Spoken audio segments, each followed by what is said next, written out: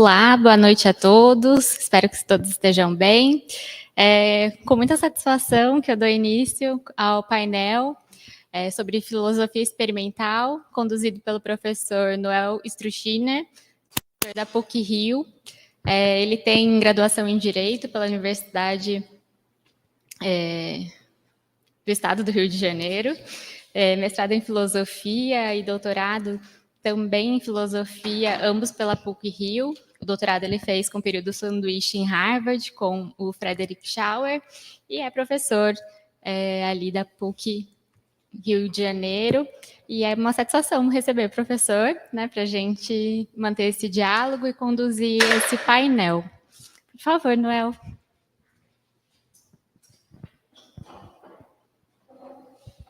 Obrigado, Gabriela. Então, eu vou apresentar esse tema para vocês hoje. Devem os juízes aplicar leis e morais, que é um tópico quente, né, na filosofia do direito, desde sempre, e continua sendo um tópico quente na filosofia do direito, e um tópico que tem muito a ver com o tema mais geral do Congresso, né, que diz respeito às desigualdades. Só que antes eu vou fazer uma graça, né? Então eu tenho algumas fotos de ocasiões passadas em que eu tive aqui na USP de Ribeirão. Então, se você puder apertar só para passar para mim, eu agradeço. Então, direto do túnel do tempo, no Gire, né? Isso foi em 2014, a primeira vez que eu tive aqui para uma aula inaugural, né, a convite seu, e bastante nervoso, apresentei, né, uma aula que já falava sobre psicologia, mas sem experimentos, né? Psicologia da tomada de decisão jurídica, se puder passar, agradeço. Então, está aí a gente bem mais novo, né? Sem cabelo branco, né? Em 2014. Aí tem mais uma foto aí também, né? Do auditório. Não sei se a Gabriela estava aí, mas você estava no último ano, né, da graduação, agora é doutora, né? Então o tempo passa.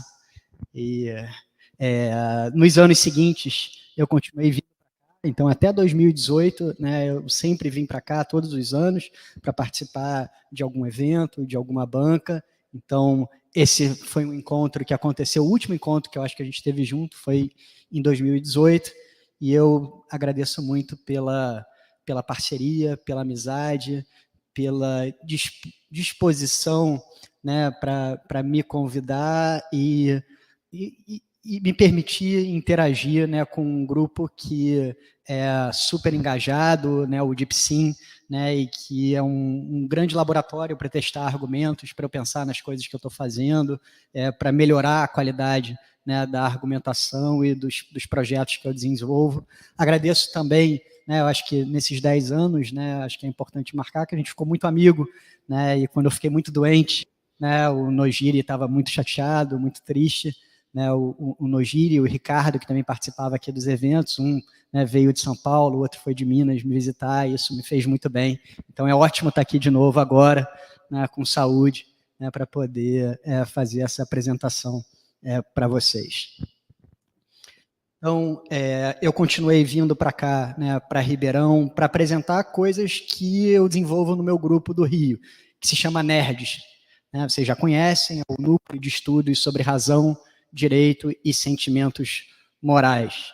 E nos últimos anos, a gente tem se dedicado, né, a estudar principalmente como as regras funcionam no cálculo decisório das pessoas que tomam decisões dentro e fora do direito, adotando uma perspectiva experimental. Então, a gente, né, publicou uma série de trabalhos sobre isso.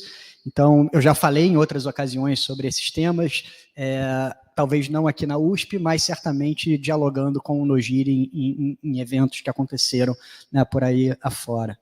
Então, esse, né, foi um artigo sobre como que regras, e não só regras, mas também princípios, como eles são suscetíveis, a aplicação de regras e princípios é suscetível ao paradoxo do abstrato e do concreto, ou seja, quando a gente narra o mesmo caso de uma forma mais abstrata ou de uma forma mais concreta, isso interfere no julgamento que as pessoas fazem em relação àquele caso. Nesse outro trabalho, a gente discutiu, né, o embate entre Hart e Fuller sobre o que são regras, mais de um ponto de vista experimental. Então, a gente construiu uma série de experimentos, né, para ver quem é que tinha razão, né, em relação à sua teoria, porque ambos apelam às intuições dos seus leitores, dizem, claro que o meu leitor vai, né, concordar com isso daqui. Né? Então, o Hart, ele acha que a regra pode, pelo menos em certas ocasiões, ser explicada exclusivamente com base, né, no seu texto, no seu significado textual.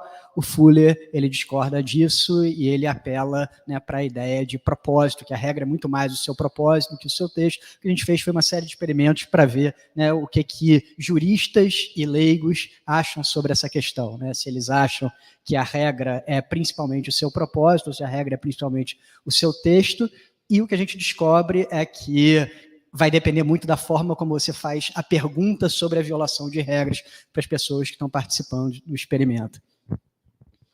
Nesse outro artigo, a gente, né, também analisou do ponto de vista experimental, né, como que as pessoas atribuem propósitos para regras. Então, são vários os candidatos, né, para serem propósitos, né, a literatura é rica com teorias sobre o que configura o propósito de uma regra. Então, tem pessoas que dizem que o propósito é aquilo que foi intencionado por quem criou a regra. Tem pessoas que dizem que o propósito é aquilo para qual a regra está sendo usada atualmente. Né? Tem pessoas que dizem que o propósito é a melhor leitura moral possível que pode ser atribuída àquela regra. Então, o que a gente fez foi uma série de experimentos também para saber, né, como que as pessoas, juristas e não juristas, atribuem propósitos para regras. Se puder passar, isso. Esse outro artigo, ele saiu, né, foi feito a várias mãos, né, um artigo que saiu na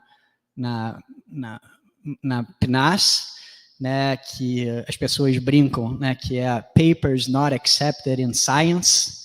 É uma revista importante, né, de divulgação científica, mas ela está atrás da Science. Né, então, ela compete lá tenta competir, mas está atrás da Science, então o pessoal que publica na Science brinca, né, que a PNAS é a Papers Not Accepted in Science, mas nessa revista a gente publicou um estudo intercultural muito grande, onde a gente testou em vários países diferentes como que seriam as concepções dos profissionais do direito e não profissionais do direito em relação a regras.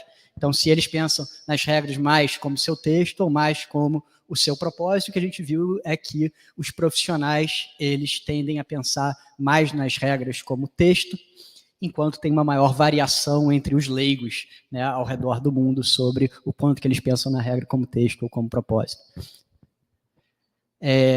Nesse artigo também recente, né, o que a gente faz é fazer uma manipulação do tempo de resposta para a questão sobre violação de regras. E o que a gente descobre nesse texto, a gente descobre várias coisas, mas eu acho que principalmente que quanto menos tempo a pessoa tem para responder a pergunta sobre violação de regras, né, quanto menos ela reflete, mais moralista ela fica na sua análise do conceito de regra, e menos textualista ela fica na sua análise do conceito de regra. Outra coisa que a gente viu é que o propósito conta, né, para o conceito de regra, mas só quando o propósito é moralmente bom. Então, foram alguns achados. Né? Aí a gente fala sobre as implicações filosóficas disso tudo nesses artigos. Hoje eu vou falar sobre um tema, né, que não foi publicado ainda. Então, essas coisas foram coisas publicadas. Né, o Nogiri já me viu falar sobre essas coisas e alguns membros do grupo também já me viram falar, né, sobre essas coisas em outros eventos.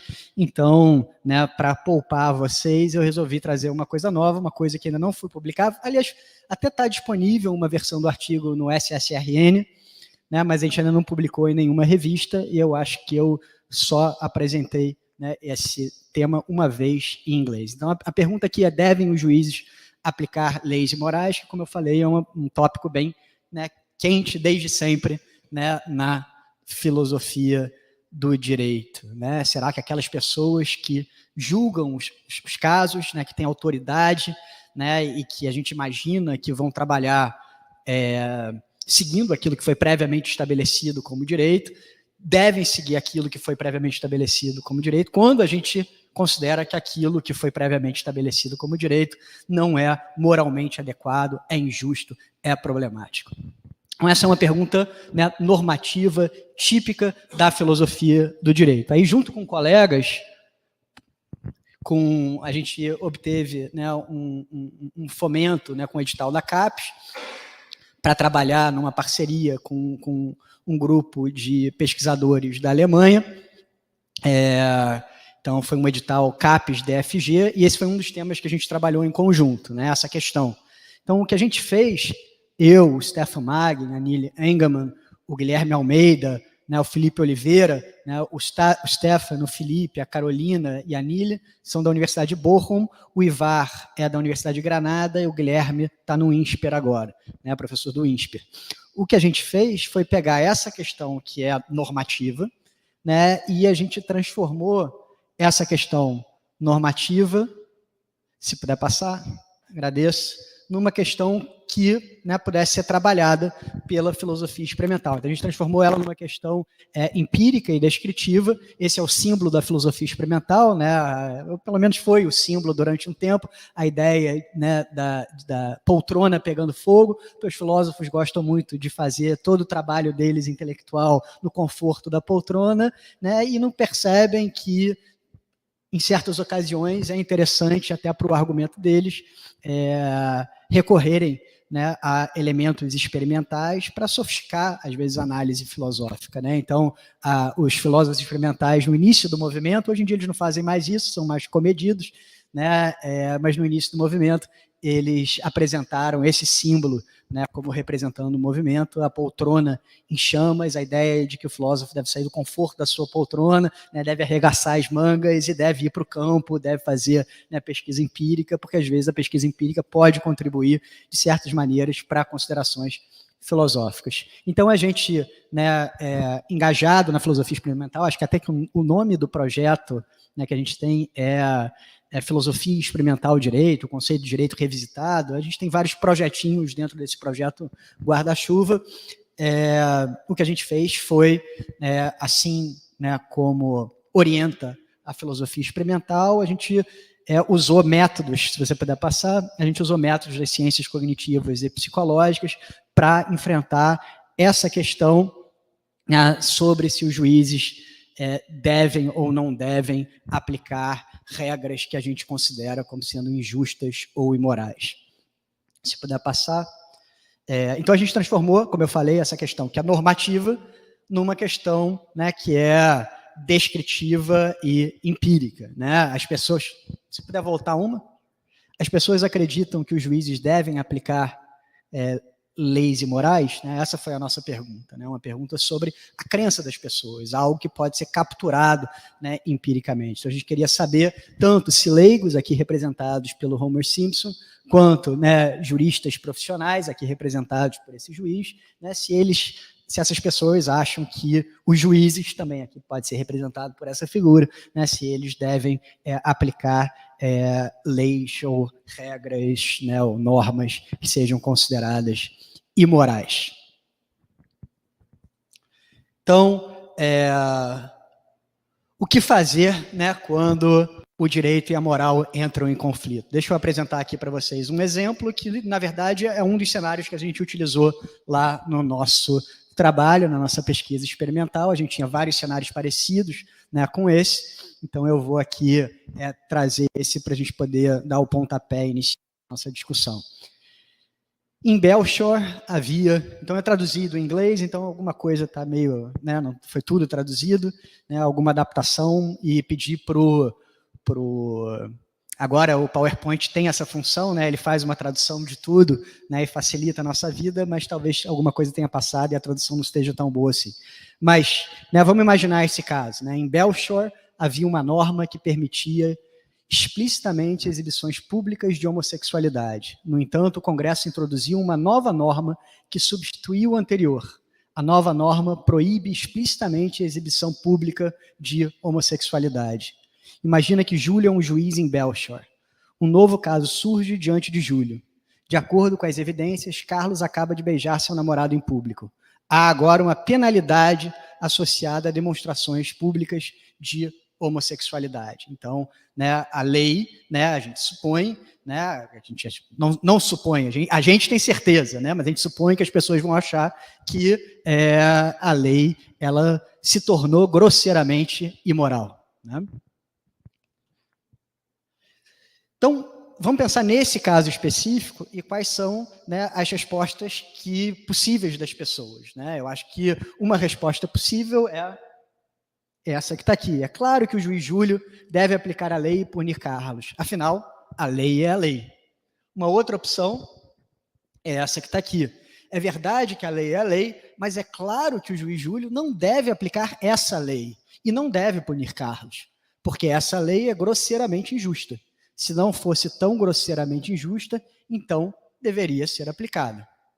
E, finalmente, e eu não sei se isso exaure todas as possibilidades, mas eu estou pensando aqui nas hipóteses provavelmente mais típicas de respostas que as pessoas dariam. É claro que o juiz Júlio não deve aplicar essa lei, porque juízes devem se preocupar com a justiça e a correção moral. O grau em que as leis devem ser aplicadas depende completamente da moralidade. Moralidade em primeiro lugar. Então, a ideia aqui, né, para o nosso trabalho é não pensar exclusivamente, né, em um caso, mas tentar extrapolar, né, e generalizar a partir de uma série de casos para pensar, né, se as pessoas seguem certos modelos, certos padrões decisórios, né? E eu acho que os modelos que podem concorrer aqui são esses que estão aqui, né? O modelo do a lei é a lei, que representa a primeira resposta.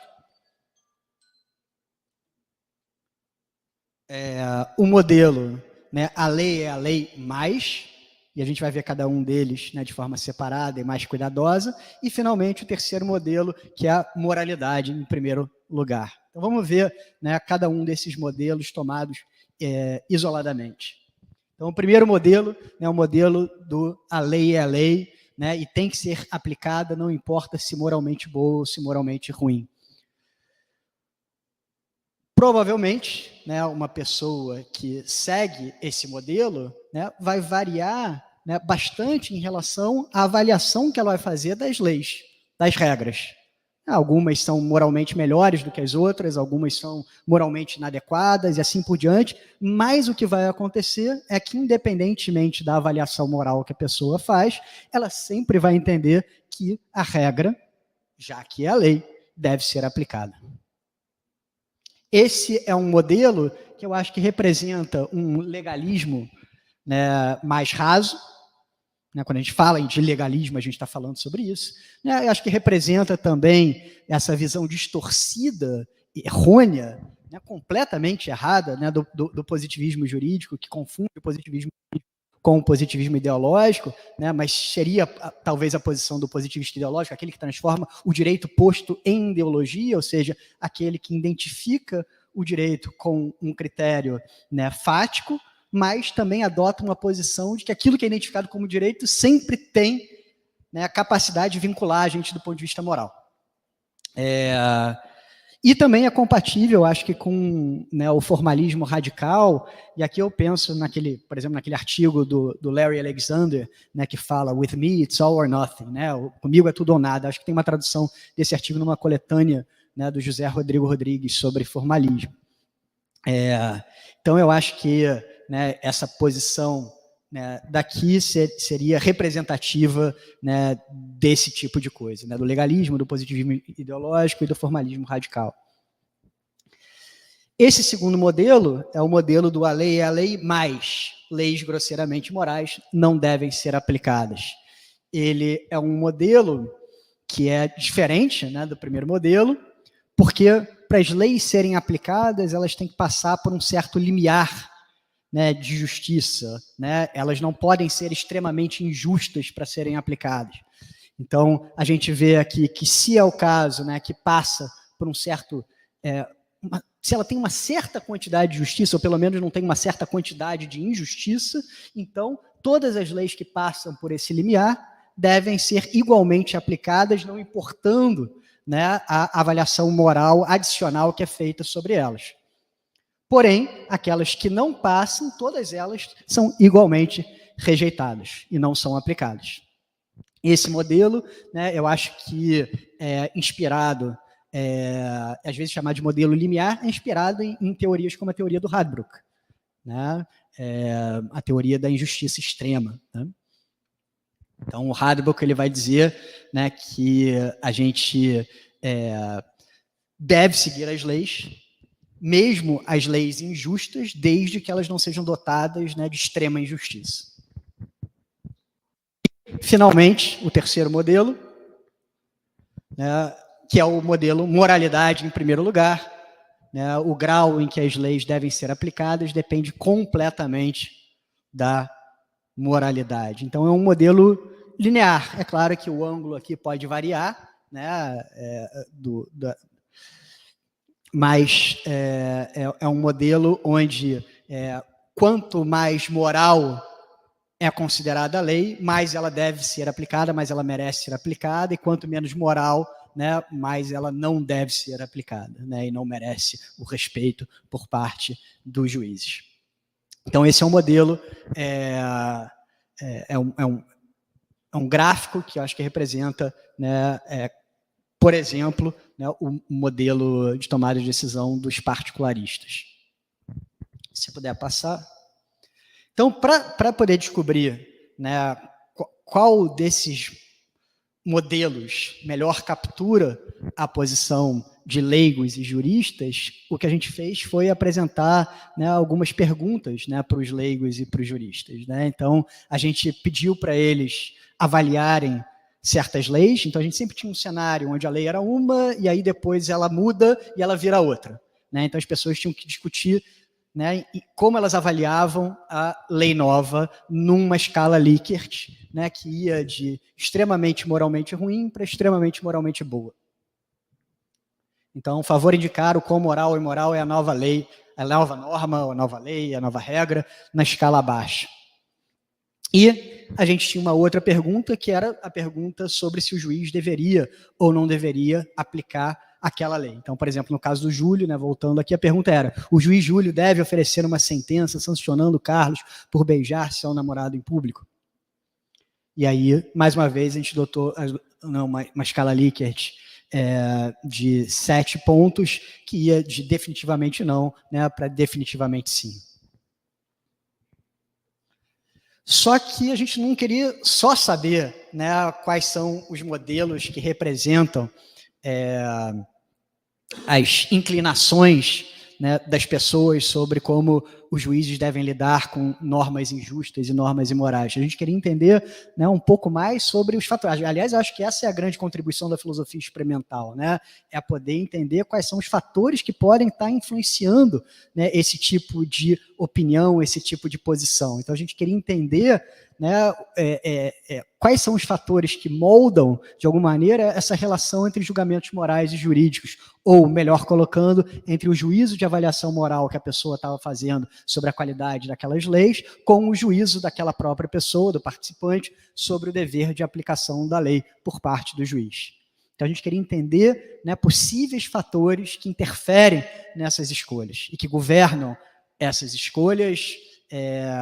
Talvez governar seja forte demais, mas pelo menos contribuem de alguma maneira, né, para aquela escolha que as pessoas estão fazendo.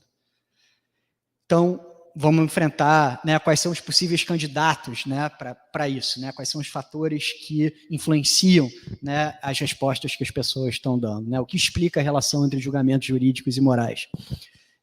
A posição das pessoas sobre o direito natural versus positivismo foi uma hipótese nossa, né? E aqui pode ser a posição tanto intuitiva quanto a posição refletida. Pode ser que as pessoas nunca tenham pensado muito sobre isso, né? Pode ser que elas tenham, e a gente queria saber se haveria ou não uma relação entre a posição da pessoa acerca da teoria do direito e, né, o que a pessoa vai falar, né, a respeito de como os juízes devem se comportar. Um outro candidato é a discussão sobre as intuições das pessoas sobre o desacordo razoável, né? Então, será que as pessoas que acreditam que pode haver um desacordo razoável sobre a própria avaliação que ela está fazendo da qualidade moral daquela norma, que elas vão tolerar mais que aquela norma seja aplicada, embora elas não concordem, né, por exemplo, com aquela norma? E, finalmente, a gente achou que, né, um outro fator que poderia interferir nas respostas que as pessoas estavam dando é a questão da expertise, né, se a pessoa é um expert no direito ou não é um expert no direito, se é um jurista ou não é um jurista, se é pelo menos um aluno de direito com alguma experiência, né, ou se é um leigo. Né, a gente achou que essas coisas poderiam fazer diferença e a gente resolveu testar essas coisas e eu vou tentar explicar um pouco mais, né, do porquê que a gente tentou escolher essas coisas.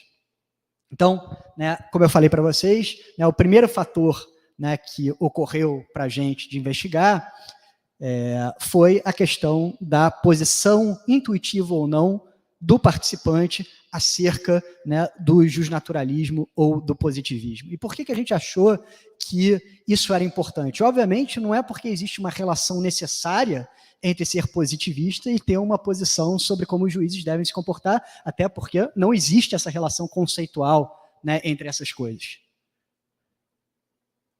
Então, não existe a relação conceitual, mas a gente queria ver se haveria uma relação psicológica entre essas coisas.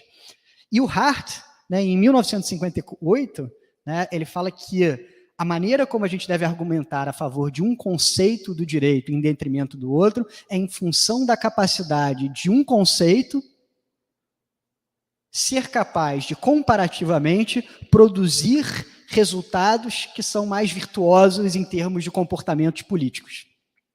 Então, ele fazia uma defesa, né, que era normativa do conceito de direito. E o debate dele foi com o Fuller. O Fuller concordava com os termos do debate. Eles discordavam, era sobre se o positivismo seria capaz de promover melhor uma atitude crítica em relação ao direito injusto. Então, o Hart achava que sim, né, ou seja, que manter o direito separado da moral era muito importante, né, embora não seja necessário, era muito importante e faria com que as pessoas fossem mais críticas em relação ao direito, enquanto o Fuller entendia que era o justnaturalismo que era capaz de fazer isso, ou seja, você desde o início entender que existe uma relação necessária entre direito e moral, faz de alguém mais crítico em relação, né, a um direito que essa própria pessoa considera como sendo injusto. Eles tiveram um grande debate sobre isso, né, e tem autores que seguiram nessa esteira e que falam muito sobre o conceito de direito nesses termos. O Hart acaba abrindo mão desse argumento.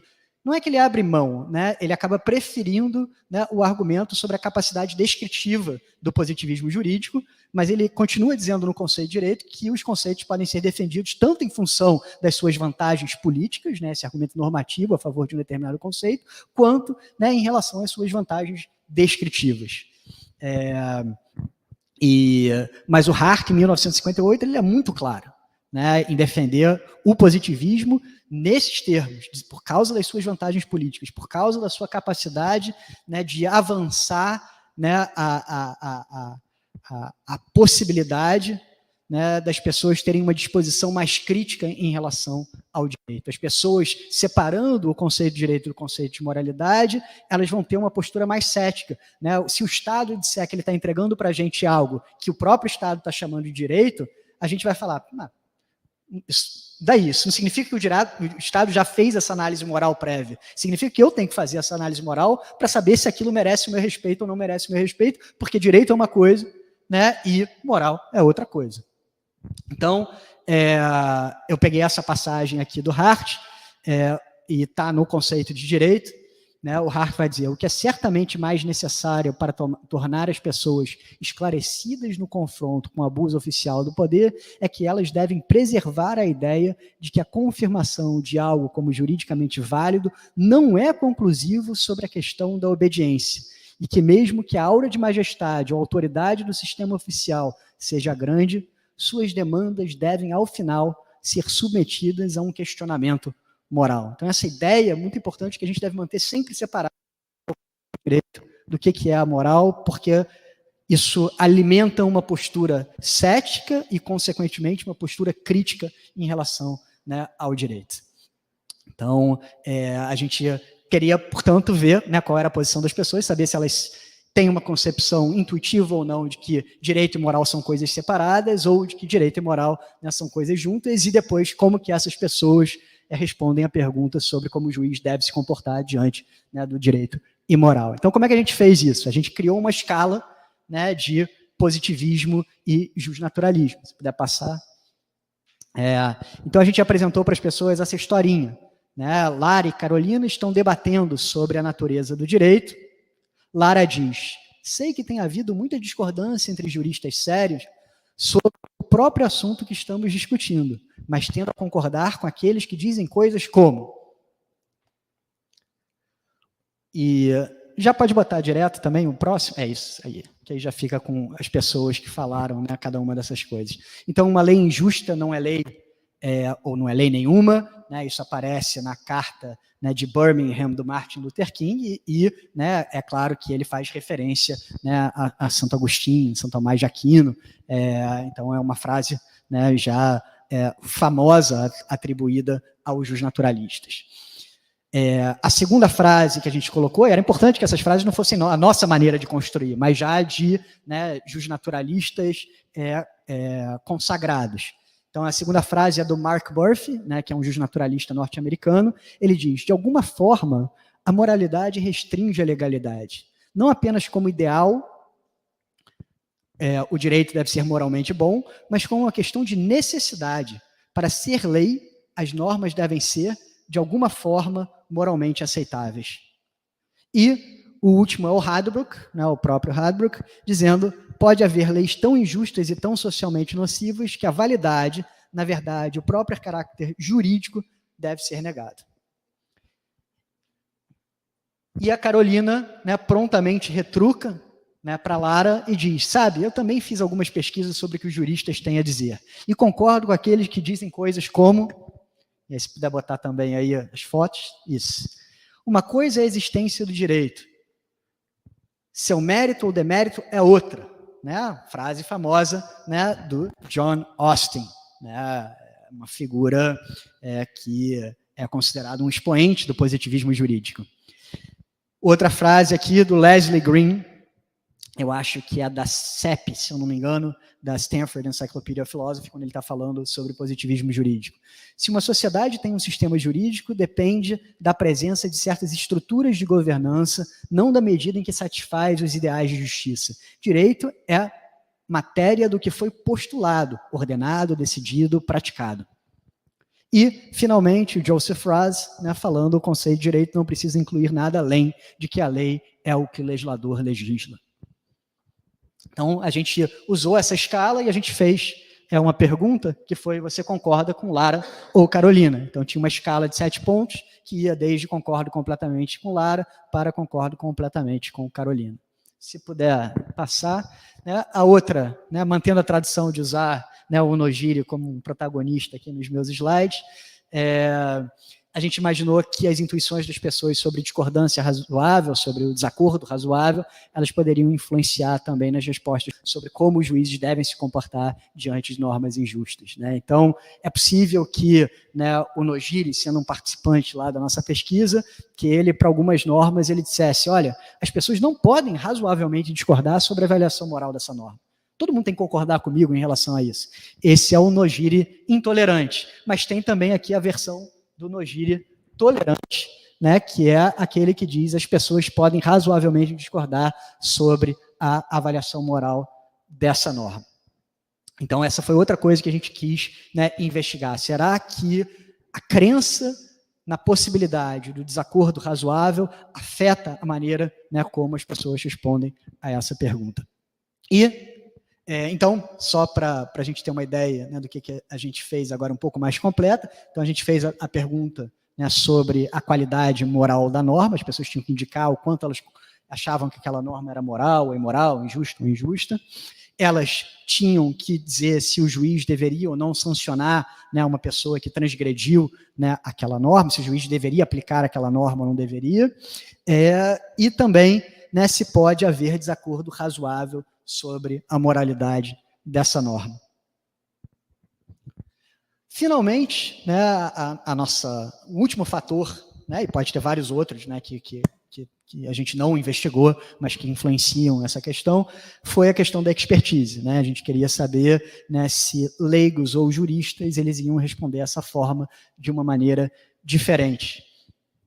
E aí isso foi muito baseado naquele artigo que eu mencionei para vocês,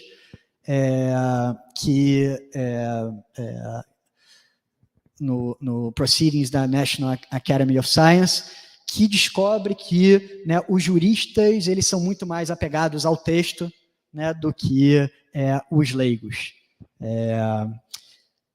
Principalmente para realizar juízos de violação de norma, mas não significa também que eles vão achar que, embora a norma tenha sido violada, que a norma deva ser aplicada. Então, isso não foi uma coisa que a gente fez naquela pesquisa.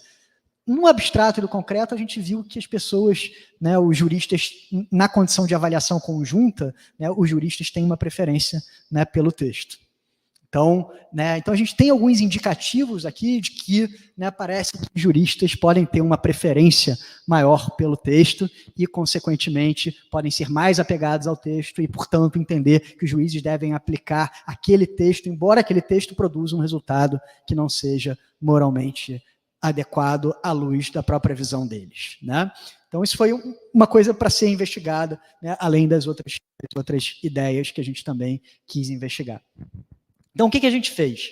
Né?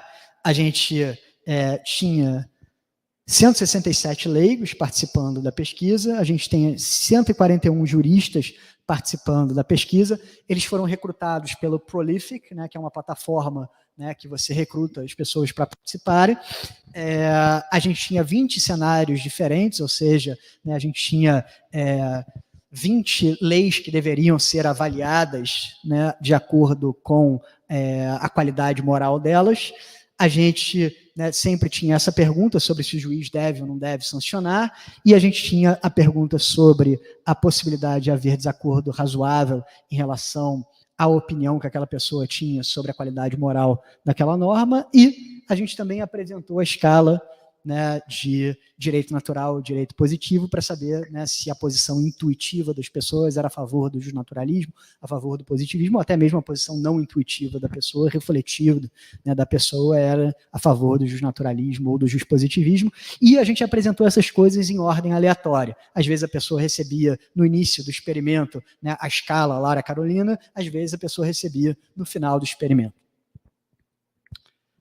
Então, a gente usou leis que eram moralmente ruins, como aquela que eu apresentei, né, no início, né? A gente usou leis que eram moralmente boas, se puder passar, que é justamente, por exemplo, o contrário, né, daquela. Então, a lei ela proibia exibições, né, públicas, né, de afeto homossexual, e depois ela passa a autorizar isso, né? Então, e a gente também tinha leis que eram leis mais neutras, né? Então, se puder passar também, coisas que eram menos relevantes, que a gente achou que as pessoas iam se importar menos, né, sobre a mudança. Por exemplo, uma lei que falava sobre em que frequência, né, de antena, né, as companhias de comunicação tinham que trabalhar, e depois muda essa frequência, né? Então, uma coisa que não parece ser tão importante assim para a maioria das pessoas. Se puder passar. Então, o que a gente descobriu, né? Acho que talvez nesse slide eu fale de novo sobre todas as hipóteses, né? Qual modelo melhor descreve a relação entre os julgamentos morais e legais das pessoas? Essa foi a primeira questão. A gente queria também entender por que isso acontece. E aí, né, a gente viu, né, que os candidatos principais eram esses 3 modelos que estavam aqui. E o que explica a relação entre os julgamentos legais e os julgamentos morais. Aí a gente viu que tinha alguns candidatos diferentes, né? A posição das pessoas sobre direito natural versus positivismo, se puder continuar, as intuições das pessoas sobre discordância, né? Discordância razoável, e a questão da expertise, né? Se puder passar. Então, vamos ver os resultados, tá? Então, quando a gente fez uma análise agregada de todos os resultados, embora, né, quando a gente fez análise individual de cada participante, até tinha alguma variação entre eles, e eles se dividiam entre, né, o modelo Radbruchiano, o modelo do limiar, e o modelo linear, né, que é o modelo mais particularista. Mas, quando a gente fez uma análise agregada, o que a gente viu foi que prevalece, né, o modelo linear, né, o modelo, né, moralidade em primeiro lugar. Esse foi o modelo que prevaleceu, pelo menos, né, com essa amostragem nesse estudo que a gente fez. Se puder continuar. E o que explica a relação entre juízos jurídicos e morais. Vamos ver cada uma dessas coisas, né, de cada vez com os dados que a gente obteve. Já estou caminhando aqui para o final. Então, a posição das pessoas sobre direito natural versus positivismo faz alguma diferença? A gente percebe que faz alguma diferença, né? Então, o que vocês podem ver aqui nesse gráfico é que a gente tem aqui, né, cada bola representa uma pessoa. Tá? Então, a primeira coisa que a gente vê é quantas pessoas concordam com o positivismo, quantas pessoas não estão decididas e quantas pessoas concordam, né, com o direito natural. A gente viu que a maior parte das pessoas concordam, né, com na escala Lara Carolina, com a visão do direito natural que foi fornecida, né, ali. Né? E o outro contraste importante aqui é das cores, né? Então a gente vê que tem bolinhas que são rosas claras e bolinhas que são mais para o rosa escuro e para o roxo, né? Quanto mais escura é a bolinha, mais a pessoa entende que a moralidade é importante para avaliar a questão sobre o dever do juiz de aplicar, né, a norma. Então, o que a gente percebe é que não só é o caso que a gente tem mais bolinhas no geral aqui, a gente percebe que a gente tem mais bolinhas roxas aqui e que as bolinhas roxas, né, tem uma proporção maior de bolinhas roxas para bolinhas rosas claras aqui do que aqui. Ou seja, os justnaturalistas, a maior parte das pessoas são justnaturalistas e os justnaturalistas são aqueles que acham que a moral é mais importante para decidir a questão sobre se o juiz deve ou não deve aplicar a lei. Isso não significa que os positivistas também não pensem isso. Então, o Hardt ia ficar feliz que os positivistas pensam assim, né? Mas talvez ficasse triste, né? Porque parece que comparativamente, pelo menos nessa pesquisa que a gente fez, né, os justnaturalistas estão mais propensos a criticarem mais ferozmente, né, os positivistas também estão, mas os justnaturalistas levam ainda mais em consideração, né, as considerações morais para decidir se aquilo deve ser aplicado ou não deve ser aplicado. Se eu puder continuar no próximo slide. Então, vamos voltar então só à relação mais forte entre direito e moral para quem concorda mais com o direito natural. Esse gráfico aqui eu também acho que é interessante, né, se as intuições das pessoas sobre o desacordo razoável faz diferença, e a gente descobriu que faz diferença. Né? Então, vamos olhar aqui, né, esse gráfico tem no eixo Y a questão da aplicação, né, o quanto as pessoas acham que, né, a regra, a lei deve ser aplicada, e o eixo X é se o desacordo razoável em relação àquela lei é possível ou não é. Então, cada bolinha representa um cenário, representa uma lei. Tá? As bolinhas rosas são aquelas que foram avaliadas como sendo moralmente ruins. As bolinhas verdes são aquelas que foram avaliadas como sendo moralmente boas. Tá? E o que a gente percebe, por exemplo, se a gente olha aqui para a parte esquerda do gráfico, né, o que a gente vê é que se a lei é considerada ruim do ponto de vista moral, né, péssima do ponto de vista moral, e é o caso que as pessoas acham que não pode haver desacordo moral sobre isso, então elas acham que claramente é o caso que o juiz não deve aplicar aquela lei. Então está aqui embaixo, né, no gráfico de aplicação, né, não deve aplicar. Né? E se a pessoa acha que a norma é moralmente boa e não pode haver desacordo razoável sobre isso, então é claro que o juiz deve aplicar. Mas olha o que acontece com as bolinhas rosas na medida em que a gente vai indo aqui, né, para o lado, né, direito do gráfico, né, conforme as pessoas vão achando que é possível haver desacordo razoável. O que a gente vê é que as pessoas começam a tolerar que o juiz aplique normas com as quais eles não concordam, para achar aquelas normas horríveis. Mas eles acham que é tudo bem o juiz aplicar se pode haver desacordo razoável sobre aquilo. Então, esse é um fator importante, né, que também deve ser levado, né, em consideração. Se puder passar. E, finalmente, né, a questão da expertise, o que a gente viu é que não faz diferença. Né? Então, as duas linhas estão aqui juntinhas, tanto leigos quanto juristas, eles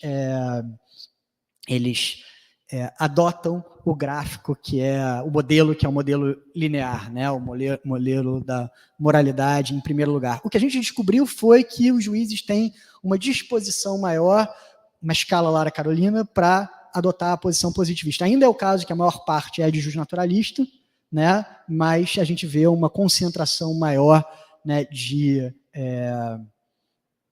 juristas que estão dispostos a serem positivistas na escala Lara Carolina. Então, né, a relação é igualmente forte entre julgamento moral e legal para juristas e leigos. Então, só para concluir, né, vamos aqui resumindo. Né, qual modelo melhor descreve a relação entre os julgamentos morais e legais das pessoas? É o modelo do moralidade em primeiro lugar. Então, é esse modelo que está ali no canto, o modelo linear. O que explica a relação entre juízos jurídicos e morais? A posição das pessoas sobre o direito natural versus positivismo? Sim. Né? Então, a gente coloca ali um chequezinho. Né? As instituições das pessoas sobre a possibilidade de desacordo razoável? Também, né, a gente viu que sim. É um fator que parece explicar bastante coisa do que está acontecendo ali. E expertise, a gente viu que não funciona. Tá? Então, esses são, né, os meus coautores, as pessoas que participaram do projeto, aí, todos agradecendo a atenção de vocês. Se você puder passar mais um, eu vou deixar isso aqui na tela, porque a gente está sempre procurando participantes para a próxima pesquisa. Na verdade, essa pesquisa não é minha, mas é uma pesquisa de uma professora colega. Então, você que está em casa, né, você pode escanear aqui esse código, né, e entrar aí para poder responder a pesquisa dela, que vai ajudar muito, vai contribuir, né, para a ciência, para que a gente possa compreender ainda mais coisas sobre como regras funcionam. Então, ela é uma professora, né, da CUNY, da City University of New York. O nome dela é Anna Guntman, e ela está querendo fazer uma pesquisa intercultural, né, grande sobre como a gente toma certas decisões sobre responsabilidade, causalidade, regras, e então fica aqui, né, espero que vocês tenham tido tempo, né, de escanear, por favor, façam, a gente precisa de pelo menos 40 respostas até segunda-feira ainda. Então, né, quem puder fazer, agradeço bastante. Obrigado.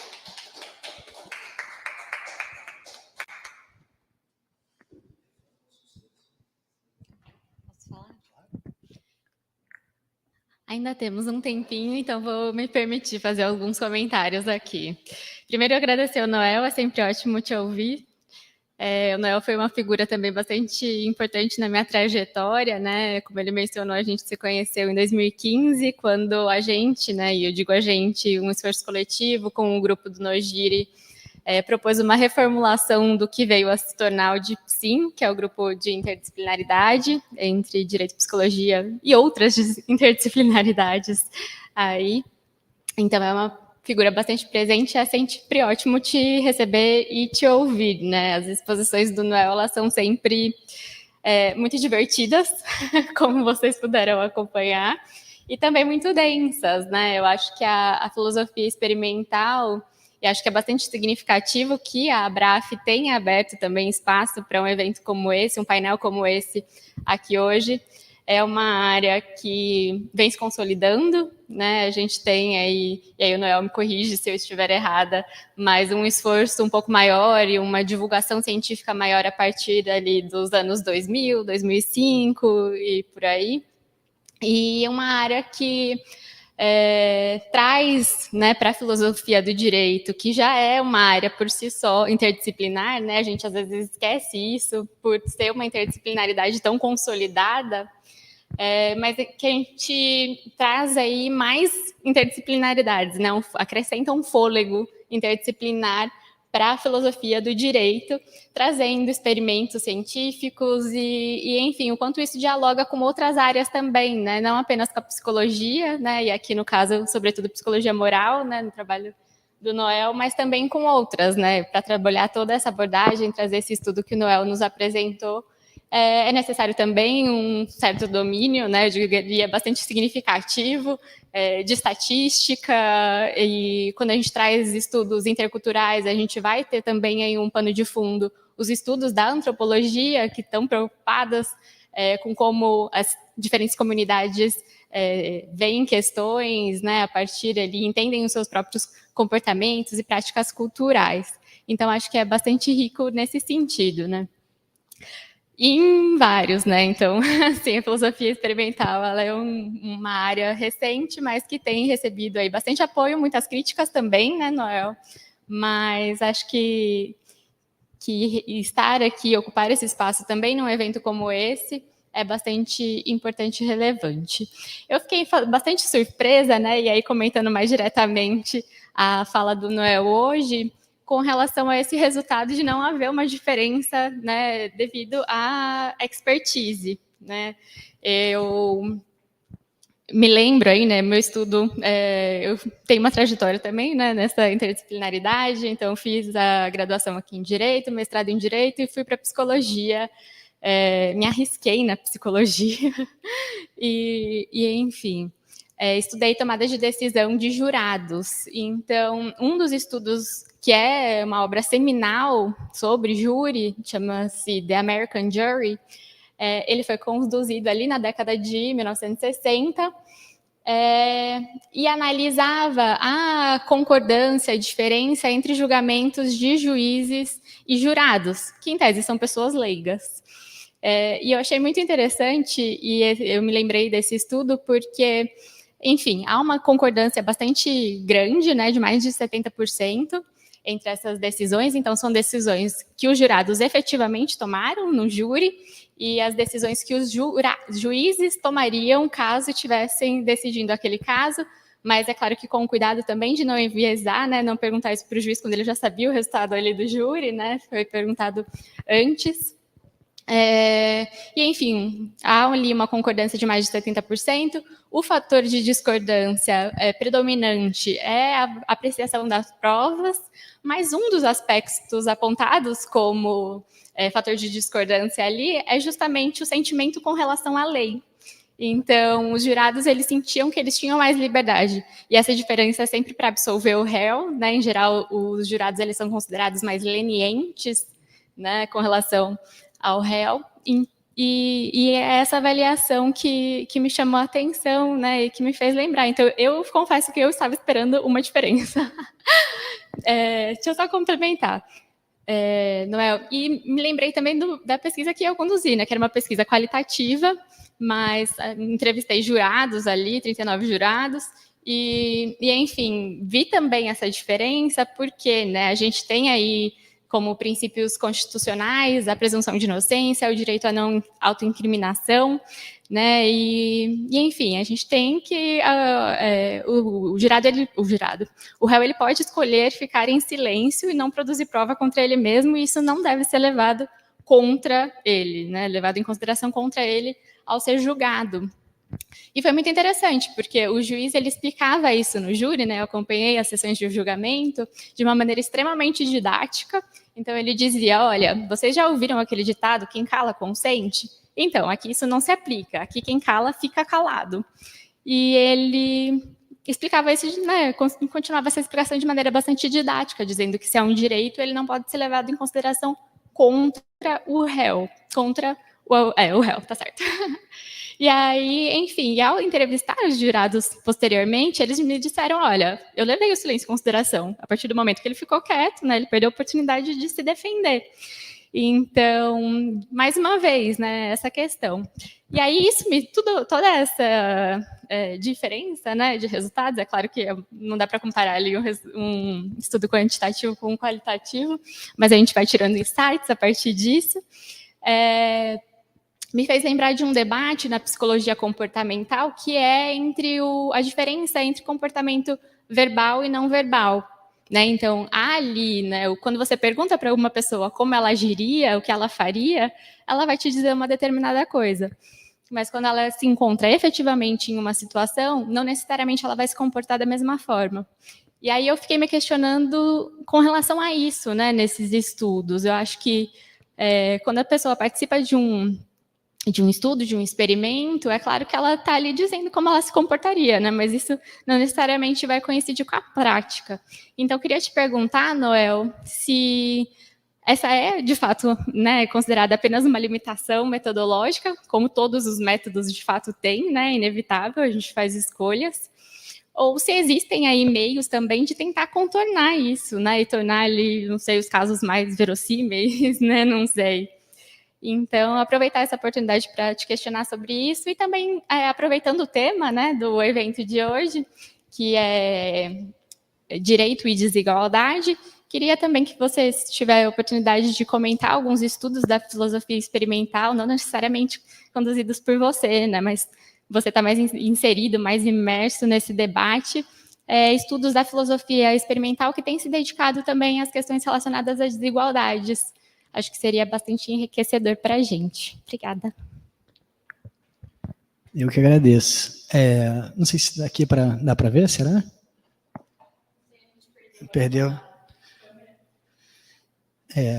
São todas colocações muito interessantes, né, e que provocam a pensar. O que eu diria, eu acho que em relação à sua primeira colocação, né, sobre a sua surpresa, né, em relação à posição dos juristas, é que a gente recrutou esses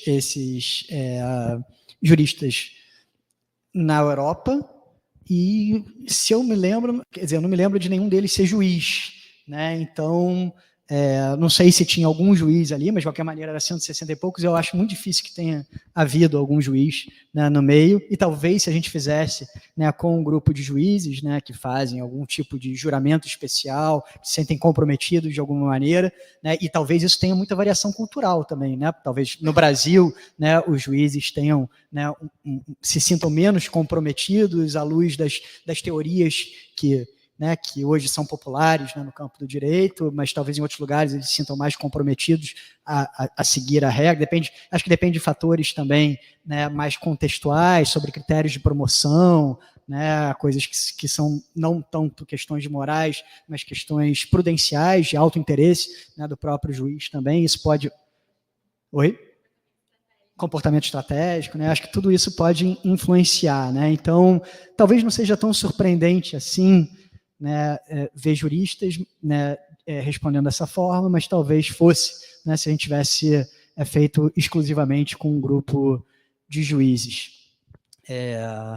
Uma outra coisa que você falou que eu acho que é importante, né, acho que quando você falou do levantamento, né, do estudo, né, sobre o júri, né, e acho que uma coisa que é uma das principais contribuições da filosofia experimental é que os filósofos experimentais estão o tempo todo comparando as intuições de leigos com intuições de juristas, né? E se a gente descobrir que tem uma assimetria nas intuições dos leigos em comparação, né, às dos juristas, a gente tem uma série de questões filosóficas importantes que brotam daí, né? Porque pode ter ocasiões em que aquilo que o leigo está fazendo, que não é, por exemplo, entendendo um conceito de uma forma diferente daquilo que o direito estabelece. Conceito de consentimento, por exemplo, né? Tem muita pesquisa na filosofia experimental, né, sobre o conceito de consentimento. Se, né, o leigo está entendendo de uma forma que não é compatível com aquilo que o direito penal, por exemplo, determina que deve ser entendido, que a dogmática determina que deve ser entendido como consentimento, a gente tem que pensar se a gente vai, em que direção, né, a gente vai fazer os ajustes. Se a gente vai querer, né, tentar instruir mais e educar mais o leigo, né, para que ele aplique o conceito da forma como a dogmática está sugerindo, ou se a gente vai querer reformar o direito para que o direito seja mais adequado àquilo que os leigos estabelecem. Isso me parece que depende, em alguma medida, também, né, das implicações, né, das intuições de cada um, né? Tanto, né, da posição dos juristas, especialistas, quanto da posição dos leigos. Então, por exemplo, uma pessoa que trabalha muito nessa área, qual é o nome da autora? Agora me deu um branco. Que trabalha com filosofia experimental do consentimento. Rosanna Summers. Então, a Rosanna, ela acaba defendendo, né, que tem uma discrepância no conceito de consentimento dos leigos e dos juristas, mas que o direito não deveria ceder, não deveria, né, se moldar à luz daquilo que, né, os leigos pensam, porque isso vai produzir uma série de erros dentro do direito, uma série de coisas problemáticas, né, e de vieses que vão ocorrer dentro do direito se a gente aplicar o consentimento, o conceito de consentimento que não é o conceito técnico. Né? Em relação a outros conceitos, isso inverte. Tem autores que defendem que a gente deve, na verdade, atualizar esses conceitos para que eles representem melhor aquilo que a pessoa comum pensa. Afinal de contas, a pessoa comum é o destinatário, né, talvez, né, principal numa série de questões. É verdade, tem muito direito que é construído, né, para os técnicos, mas tem muitas coisas que são construídas para o leigo, e se o leigo está, né, entendendo aqueles conceitos de uma forma que não é compatível com o que os juízes entendem, né, que os especialistas entendem, isso pode ser um problemão. Né? Então, a gente tem que pensar em reformular o direito, né, para se adaptar a isso. E a última, teve mais uma coisa importante, né, que eu estou... sobre o tema do evento, né? Eu não vou ficar aqui falando sobre muita coisa, até porque eu desconheço, né, boa parte dos trabalhos, né, no campo da filosofia política experimental. Existe muita coisa sobre isso, né, está cada vez crescendo mais também, mas o Ivar Heinikainen e o Guilherme e a Priscila trabalharam junto em artigos separados, diferentes, com Thomas Posler, que trabalha na Áustria, né, é um filósofo austríaco, que trabalha com a ideia de necessidades básicas, né, de basic goods. E ele fez uma investigação intercultural em vários países diferentes para as pessoas, nesses países diferentes, indicarem o que eles entendem como sendo, né, basic goods, né, necessidades básicas. Então, e aí ele faz uma série de considerações filosóficas, entra nas teorias, né, políticas para poder, né, falar sobre esses resultados. Então, essa é uma recomendação, um trabalho, ficar de olho no trabalho do Thomas Posler, que é bem interessante. Acho que não só para o campo político, mas para o campo do direito, porque o direito depois vai tentar, né, reger, né, e dizer como que a gente deve fazer, né, essa distribuição, né, desses basic goods.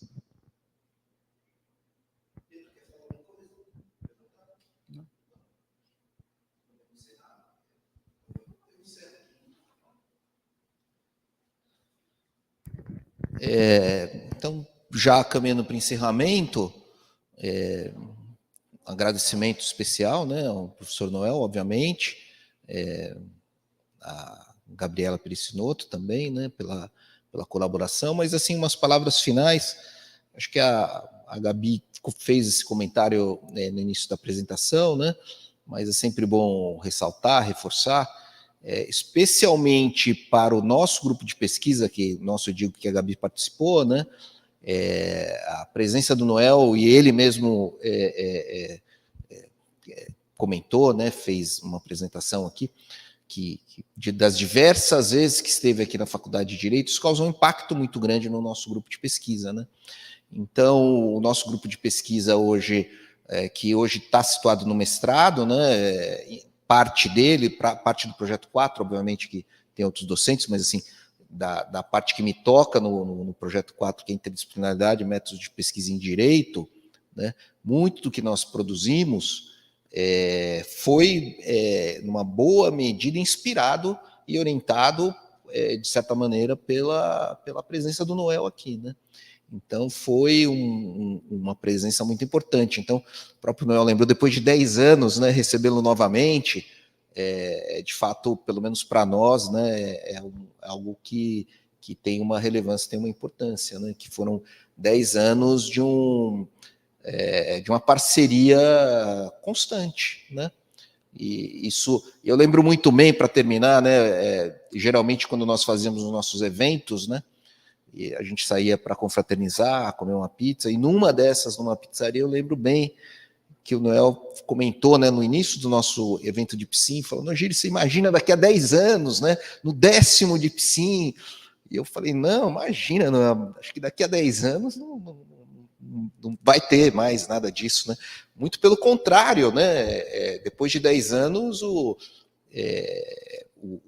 aquilo que nós fazíamos assim, meio voluntariamente enquanto grupo se concretizou num programa né, um espaço dentro do programa de pós-graduação, e hoje ele produz dissertações de mestrado, esperamos que tese de doutorado futuramente, né, nessa linha comportamental, etc. Então, só deixar registrado, né, esse momento, e acho que os debates, as questões relacionadas à apresentação, infelizmente, acho que vai ficar para um momento fora das telas aqui, por conta do horário. Então é isso, né? Basicamente, e boa noite para todo mundo.